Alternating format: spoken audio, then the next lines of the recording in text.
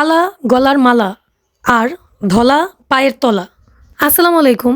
ছোটবেলায় যখন আম্মুকে প্রশ্ন করতাম যে আম্মু দেখো তো গায়ের রংটা কালো কিনা, তখন আমার মা বলে উঠতো যে না, কালা গলার মালা, ধলা পায়ের তলা।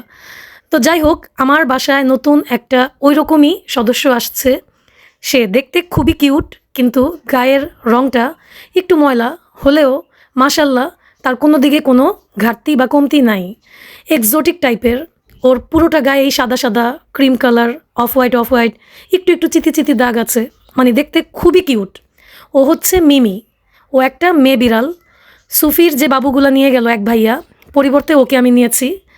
তো বাসায় আসার পরে অ্যাডজাস্ট হওয়ার জন্য অনেকটা চেষ্টা করতেছে, যেহেতু আমার বাসায় অলমোস্ট আরও 2টা বিড়াল আছে। লিও, ওদের সাথে মিলতে একটু সময় তো লাগবেই, কারণ অপরিচিত জায়গা, অপরিচিত বাসা, আর মানুষগুলোও অপরিচিত, যেহেতু ও আমাকে আগে থেকে চিনে না, সুফিলিও কেউ চিনে না। তো কিছুটা সময় তো নিচ্ছেই। তো ঘুরতেছে ফিরতেছে, আর খাবার সামনে দিলেই খাচ্ছে, এছাড়া খাচ্ছে না। তো আলহামদুলিল্লাহ, ইনশাল্লাহ খুব দ্রুতই মিশে যাবে আশা করি। অনেক সময় চেনা পরিচিত জায়গায় মানুষ অচেনা হয়ে যায়, আর অপরিচিত জায়গায় মানুষ নিজের রাজত্ব করে রাজ্য চালায়।